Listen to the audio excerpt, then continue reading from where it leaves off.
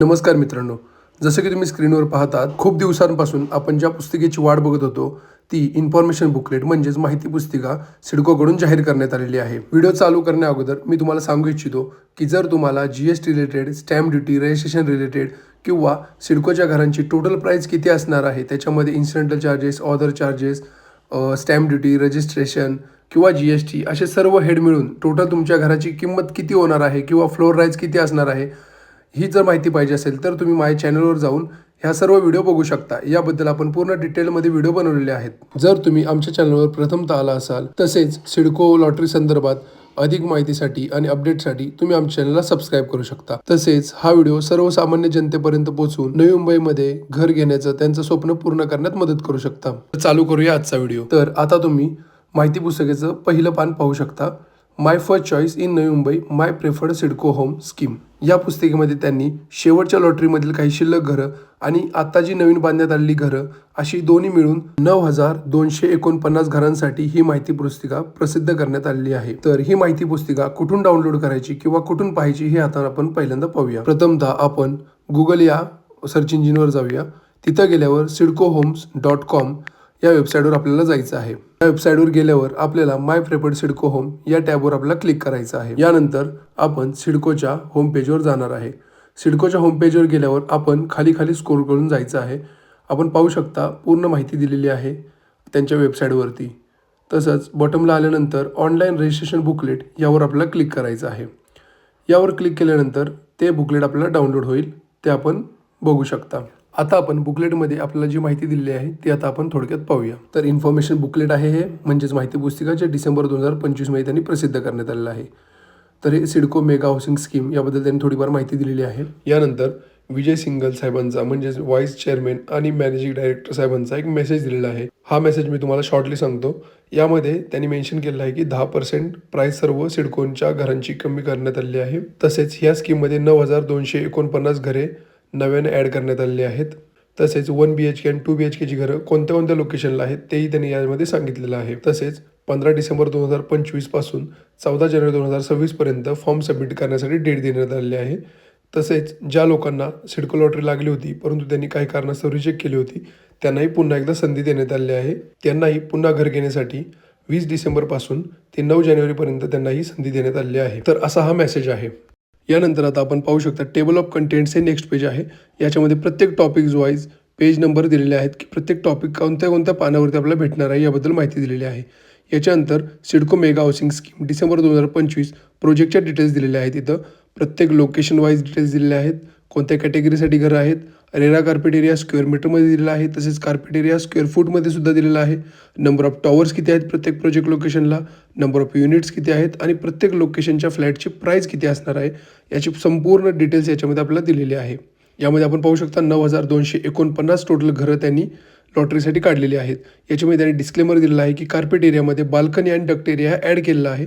तसेच हा जो एरिया आहे तो प्रत्येक डॉक्युमेंटवरती म्हणजे LOI, अलॉटमेंट लेटर आणि ॲग्रीमेंट या सर्व डॉक्युमेंट्सवरती त्यांनी मेन्शन केलेलं आहे. तर नेक्स्ट पेज आहे प्रोजेक्ट डिटेल्स विथ महारेरा. याच्यामध्ये तुम्ही प्रत्येक लोकेशनचा महारेरा नंबर आणि स्कॅनिंग कोड दिलेला आहे, तो आपण पाहू शकता आणि त्या कोडवर जाऊन तुम्ही तुमच्या लोकेशनची डिटेल्स घेऊ शकता. यानंतर आपण पाहू शकतो नेक्स्ट पेज आहे proximity to Navi Mumbai international airport. यामध्ये प्रत्येक प्रोजेक्ट हा इंटरनॅशनल एअरपोर्टपासून किती लांब आहे यावरती त्यांनी डिटेल्स दिलेले आहेत.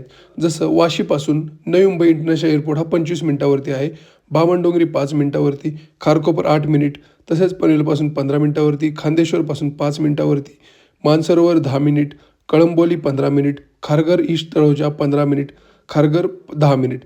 तर अशा प्रकारे प्रत्येक प्रोजेक्ट लोकेशनचं इंटरनॅशनल एअरपोर्टपासून किती अंतर आहे हे आता आपण पाहिलं. यानंतर आता आपण ॲम्युनिटीजची माहिती घेणार आहे.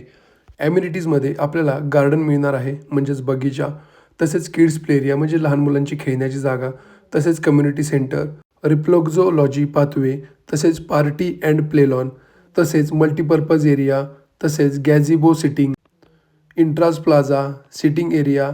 तर अशा प्रकारचे ॲम्युनिटीज आपल्याला राहणार आहेत. तसेच त्यांनी मेन्शन केलं आहे की amenities listed are indicative and may vary from project to project. म्हणजे ह्या ॲम्युनिटीज तुम्हाला प्रत्येक प्रोजेक्टमध्ये असतील अशाच नाही, तर प्रत्येक प्रोजेक्ट टू प्रोजेक्ट ह्या व्हॅरी करतील, कुठे असतील कुठे नसतील. तर असं त्यांनी तिथं मेन्शन केलेलं आहे. यानंतर आता आपण पाहू शकतो की त्यांनी कॅटेगरीजबद्दल माहिती दिलेली आहे. आपल्याला सर्वांना माहिती आहे की ह्या ज्या लॉटरी आहेत त्या 2 कॅटेगरीजमध्ये आहेत. एक आहे इकॉनॉमिकली वीकर सेक्शन म्हणजेच EWS आणि दुसरं आहे लो इन्कम ग्रुप म्हणजेच LIG. तर याची यांनी इथं माहिती दिलेली आहे. तर जसं की आपल्याला माहीत आहे EWSमधून ज्यांचं इन्कम 6 लाखापेक्षा कमी आहे, ज्यांचं वय 18 वर्षापेक्षा जास्त आहे, ज्यांचं पूर्ण इंडियामध्ये कुठेही घर नाही आणि जो 15 वर्षापासून महाराष्ट्राचा रहिवासी आहे, ते लोक EWSमधून ॲप्लाय करू शकतात. तर EWS कॅटेगरीतील लोकांना 2.5 लॅक्सची सबसिडी मिळते. त्याच्यामध्ये 1.5 लॅक्स हे सेंट्रल गव्हर्नमेंटचे असतात आणि 1 लाख हे स्टेट गव्हर्नमेंटचे असतात. यानंतर LIG ग्रुपसाठी आपल्याला माहीत आहे की उत्पन्न हे 6 लाखापेक्षा जास्त असावं लागतं. तसेच वय 18पेक्षा जास्त असावं लागतं. तसेच पूर्ण नवी मुंबईमध्ये कुठेही घर नसलं पाहिजे आणि ॲप्लिकंट हा महाराष्ट्राचा 15 वर्षापासून रहिवासी असावा. आणि महत्त्वाची नोट दिलेली आहे की EWS कॅटेगरीचा कॅन्डिडेट हा LIGमधून फॉर्म भरू शकतो, परंतु LIG कॅटेगरीचा ॲप्लिकंट हा EWSमधून फॉर्म भरू शकत नाही. हे सर्वांनी लक्षात घ्या. यानंतर आता आपण इलिजिबिलिटी क्रायटेरियाबद्दल पाहणार आहोत. जसं की आपल्याला माहीत आहे EWS आणि LIGसाठी किती उत्पन्नाचा क्रायटेरिया आहे ते. तसेच फॅमिली ॲन्युअल इन्कम त्याच्याबद्दल सुद्धा त्यांनी माहिती दिलेली आहे की काय काय इन्क्लूड केलं जाईल आणि काय काय एक्सक्लूड केलं जाईल. तसेच हे इन्कम प्रूव्ह करण्यासाठी आपल्याला इन्कम टॅक्स रिटर्न हा 2024-2025चा आपल्याला द्यावा लागणार आहे. तसेच तहसीलदाराचं उत्पन्नाचं सर्टिफिकेटसुद्धा तुम्ही देऊ शकता. तसेच 12 महिन्याची सॅलरी स्लिपसुद्धा देऊ शकता किंवा तुमच्या कंपनीतून मिळालेलं इन्कम सर्टिफिकेटसुद्धा देऊ शकता. जर तुमचा सहअर्जदार किंवा पत्नी जर काही कमवत नसेल तर त्याबद्दलचं फॉर्म Gमध्ये तुम्हाला अंडरटेकिंग द्यावं लागणार आहे. यानंतर EWS आणि LIGच्या घरांच्या क्रायटेरियाबद्दल आपण पाहिलेलं आहे की कुठे घर असलं पाहिजे, कुठं घर नसलं पाहिजे. याच्यानंतर डोमासाईल सर्टिफिकेटबद्दल सुद्धा आपण बघू शकता की डोमासाईल सर्टिफिकेट हे बारकोड सहितच असलं पाहिजे. बारकोड सहित नसेल तर ते चालणार नाही. यानंतर जी घरं रिझर्व आहेत त्याच्याबद्दल त्यांनी माहिती दिलेली आहे. SCसाठी 11% आहेत, ESTसाठी 6% आहेत, नोटिफाईडसाठी 1.5% आहेत आणि DT म्हणजेच डिनोटिफाईड ट्राईबसाठी 1.5% रिझर्व आहेत. त्या व्यतिरिक्त नॉन स्टॅच्युटरी कॅटेगरीजमध्ये EWS आणि LIGसाठी म्हणजेच प्रोजेक्ट अफेक्टेडमध्ये 5% आणि LIGमध्ये 2.5%, माथाडीमध्ये EWSसाठी 5% आणि LIGमध्ये 2.5%, स्टेट गव्हर्नमेंट एम्प्लॉईजसाठी 1% EWSमध्ये आणि LIGमध्ये 5%, तसेच एक्स सर्व्हिसमॅनसाठी 1.5% EWSमध्ये आणि 1.5% LIGमध्ये, तसेच रिलिजियस मायनॉरिटीमध्ये 2.5% दोन्हीकडे सेम आहे. जनरलीसुद्धा 1% आहे आणि सिडको एम्प्लॉईसाठी EWSसाठी ॲप्लिकेबल नाही आणि LIGसाठी 0.5% आहे. या व्यतिरिक्त दिव्यांगांसाठी सुद्धा 5% घरही आरक्षित आहेत. तसेच जर तुम्ही आरक्षित घरांसाठी अर्ज करणार असाल तर तुम्हाला सर्व कागदपत्र आणि डॉक्युमेंट सिडकोने सांगितलेल्या नियमाप्रमाणे द्यावे लागतील. तसेच काही फॉर्मॅटसुद्धा दिलेले आहेत त्याच्यामध्ये सुद्धा तुम्हाला द्यावे लागतील. SC आणि ST कॅटेगरी तसेच अदर कॅटेगरीसाठी सुद्धा कास्ट सर्टिफिकेट आणि कास्ट व्हॅलिडिटी सर्टिफिकेट हे जमा करावं लागणार आहे. यानंतर काही जनरल कंडिशन आहेत त्या आपण पाहणार आहे.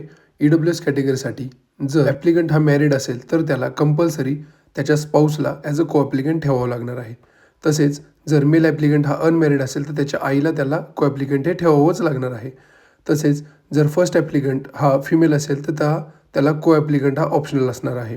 तसेच जर ॲप्लिकंट हा सिंगल किंवा अनमॅरिड असेल तर त्याला अंडरटेकिंग त्या पद्धतीने द्यावं लागणार आहे. जर PMAY सबसिडी अवेल करायची असेल तर ॲप्लिकंटला स्थानिक स्वराज्य संस्थेशी रजिस्टर हे करावं लागणार आहे. ॲप्लिकेशन हे पुरुषाच्या नावाने तेव्हाच करता येईल जेव्हा घरामध्ये 18 वर्षाच्या वरील स्त्री ही नसेल. यानंतर EWS कॅटेगरीचा फ्लॅट हा पहिले 5 वर्ष विकता येणार नाही. तसेच जर फ्लॅट हा रिझर्व कॅटेगरीमधून घेतला असेल तर 5 वर्षानंतर विकताना तो सेम रिझर्व कॅटेगरीमध्येच विकावा लागेल. त्यासाठी सुद्धा कॉर्पोरेशनकडून रिटर्न परमिशन घ्यावी लागेल. तसेच ॲप्लिकेशन जर चुकीच्या नावाने किंवा फॉल्स नावाने जर भरले असेल किंवा फॅमिली मेंबरच्या नावावर जर ऑलरेडी PMAY सबसिडी जर घेतली असेल तर तो ॲप्लिकेशन हा कॅन्सल किंवा रिजेक्ट केला जाईल. यानंतर LIG कॅटेगरीमध्ये सुद्धा पहिले 3 वर्ष हा फ्लॅट विकता येणार नाही. तसेच जर फ्लॅट स्टॅच्युटरी रिझर्व्ड कॅटेगरीमधून घेतला असेल तर विकताना सुद्धा सेम स्टॅच्युटरी रिझर्व कॅटेगरीलाच विकावा लागेल आणि त्यासाठी सुद्धा रिटर्न परमिशन ही कॉर्पोरेशनची घ्यावी लागेल. यानंतर joint owner of the apartment याबद्दल काही माहिती दिलेली आहे. तर आता आपण मुख्य कंडिशन्सबद्दल पाहिला EWS आणि LIG कॅटेगरीच्या. त्या व्यतिरिक्त सुद्धा काही अदर कंडिशन्स आहेत जसं की फ्लोअर राईज, तसेच Navi Mumbai disposal of lands regulations and rules याच्याबद्दल सुद्धा त्यांनी इथं पूर्ण माहिती दिलेली आहे. तसेच अजूनही काही अदर कंडिशन्स आहेत त्याचीही माहिती दिलेली आहे. यानंतर माहिती पुस्तिकेमध्ये बुकिंग प्रोसेसबद्दल सुद्धा माहिती दिलेली आहे. याच्यामध्ये आपण पाहू शकतो की ॲप्लिकेशन आणि रजिस्ट्रेशन प्रोसेस ही पूर्णपणे ऑनलाईन आहे. तसेच आपल्याला माहीत आहे की आपला 15 प्रेफरन्स सिलेक्ट करावे लागतात जे की 3 राऊंडमध्ये दिलेले आहेत त्याच्याबद्दल माहिती दिलेली आहे. तसेच EWS कॅटेगरीसाठी 75,000 आणि LIG कॅटेगरीसाठी 1.5 लाख 1 BHK घरासाठी आणि 2 BHK घरासाठी हे 2 लाख रुपये भरावे लागते, त्याच्याबद्दल सुद्धा माहिती दिलेली आहे. यानंतर ऑनलाईन रजिस्ट्रेशन KYC प्रोसेसमध्ये आपल्याला काय काय कागदपत्र लागणार आहेत याची आपल्याला पूर्ण माहिती दिलेली आहे. आपल्याला आधार नंबर आणि सेल्फ अटेस्टेड कॉपी आधार कार्डची लागणार आहे. तसेच पॅन कार्ड आणि त्याचीसुद्धा सेल्फ अटेस्टेड कॉपी लागणार आहे. तसेच बँक डिटेल्स आणि कॅन्सल चेक, मोबाईल नंबर जो आधार कार्डला लिंक असावा, तसेच ईमेल ID, को ॲप्लिकंटच्या डिटेल्स, नंतर ऑल मॅन्डेटरी डॉक्युमेंट जे ॲनेक्चर 1मध्ये मेन्शन केलेले आहेत ते, तसेच लेटेस्ट फोटोग्राफ असे आपल्याला कागदपत्र ऑनलाईन रजिस्ट्रेशन करतेवेळी लागणार आहेत. यानंतर तुम्हाला ॲप्लिकेशन करण्यासाठी स्टेप बाय स्टेप प्रोसेस सांगितलेली आहे. पहिली स्टेप आहे ॲप्लिकंट साईनअप, सेकंड स्टेप आहे KYC व्हेरिफिकेशन, त्याच्यामध्ये तुमचं आधार कार्ड हे तुम्हाला व्हेरीफाय करून घ्यायचं आहे. त्याच्यानंतर थर्ड स्टेप असेल ॲप्लिकंट्स बँक डिटेल्स, त्याच्यानंतर ॲप्लिकंट्स डिटेल्स. यानंतर या अगोदर सांगितल्याप्रमाणे स्टॅच्युटरी कॅटेगरीसाठी कास्ट सर्टिफिकेट आणि कास्ट व्हॅलिडिटी सर्टिफिकेट लागणार आहे. जसे की schedule caste, schedule tribes, notified tribes आणि डिनोटिफाईड ट्राईब्स या कॅटेगरीसाठी हे सर्टिफिकेट्स लागणार आहेत. त्याच्यानंतर दिव्यांग सर्टिफिकेटसाठी सुद्धा कॉम्पिटंट अथॉरिटीचं दिव्यांग सर्टिफिकेट लागणार आहे. यानंतर जे नॉन स्टॅच्युटरी कॅटेगरीज आहेत जसं की स्टेट गव्हर्नमेंट एम्प्लॉईज, तसेच सिडकोचे एम्प्लॉईज असतील, यासाठी काय काय क्रायटेरिया आहे हा सुद्धा याच्यामध्ये पूर्ण डिटेल्समध्ये दिलेला आहे. यानंतर नेक्स्ट स्टेपमध्ये तुम्हाला सर्व तुमचे डॉक्युमेंट हे अपलोड करावे लागणार आहेत आणि त्यानंतर जी लागणारी ॲप्लिकेशन फी आहे ती तुम्हाला भरावी लागणार आहे. म्हणजेच 200 रुपये आणि GSTचे 36 रुपये म्हणजे 236 रुपये तुम्हाला ॲप्लिकेशन फी म्हणून भरावी लागणार आहे. यानंतर तुमचं पाहिजे ते लोकेशन, टॉवर आणि फ्लोअर कसा सिलेक्ट करायचा याच्याबद्दल सुद्धा माहिती पुस्तिकेत पूर्ण माहिती दिलेली आहे. जसं की आपल्याला माहिती आहे आपण ऑनलाईन रजिस्ट्रेशन केल्यानंतर आपण प्रेफरन्स देतो. 3 सेट्स ऑफ राऊंडमध्ये आपण 15 प्रेफरन्स देतो आणि त्याच्यानुसार आपण लॉटरीसाठी इलिजिबल होतो. लॉटरी प्रोसेस कशी होते, त्याचा सिक्वेन्स कसा असतो याबद्दल सुद्धा पूर्ण माहिती त्यांनी दिलेली आहे. तसेच पेमेंट टर्म्स अँड कंडिशनबद्दल सुद्धा पूर्ण माहिती दिलेली आहे की पेमेंट कसं राहील, फ्लोअर राईज कसे राहतील, अशी सर्व माहिती त्यांनी दिलेली आहे. या माहिती पुस्तकातील सर्वात महत्त्वाचं पान म्हणजे ॲनेक्चर 1 डॉक्युमेंट्स. याच्यामध्ये ॲप्लिकेशन करताना कोणते कोणते डॉक्युमेंट लागणार आहेत याची पूर्ण माहिती दिलेली आहे.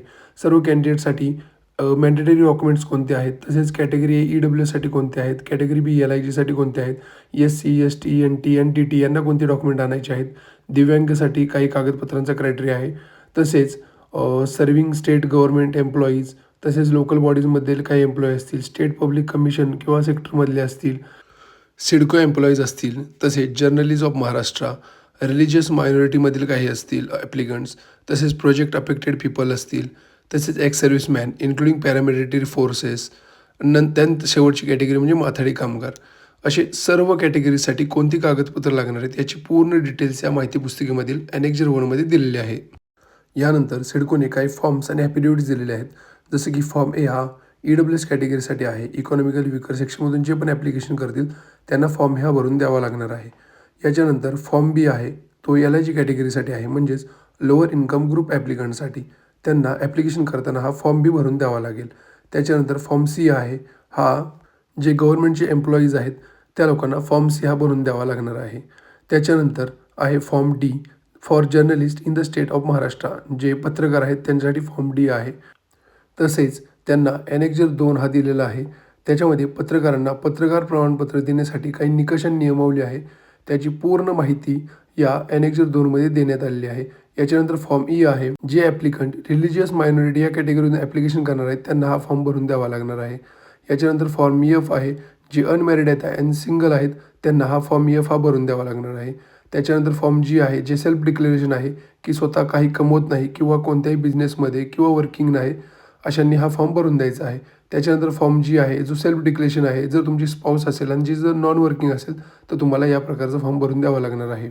तर अशा प्रकारे आजच्या व्हिडिओमध्ये आपण माय प्रेफर्ड सिडको होम या लॉटरीच्या माहिती पुस्तिकेची पूर्ण स्टार्ट टू एंड आपण माहिती घेतलेली आहे.